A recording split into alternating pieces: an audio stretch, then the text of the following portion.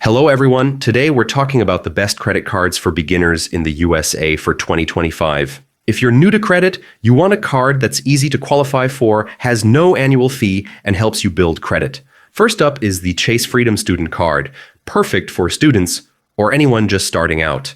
It offers 1% cash back on all purchases and a simple way to build credit with responsible use. Next, the Discover It Student Cashback Card is another great choice. It offers 5% cashback on rotating categories each quarter, plus a cashback match in your first year, helping you maximize rewards right from the start. For beginners not in school, the Capital One Platinum Credit Card is ideal. It has no annual fee and is designed to help you build a credit history with responsible use, even if your credit is limited.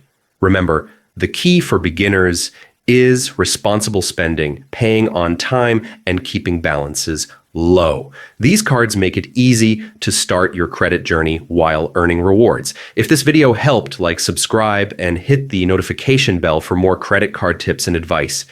Hello.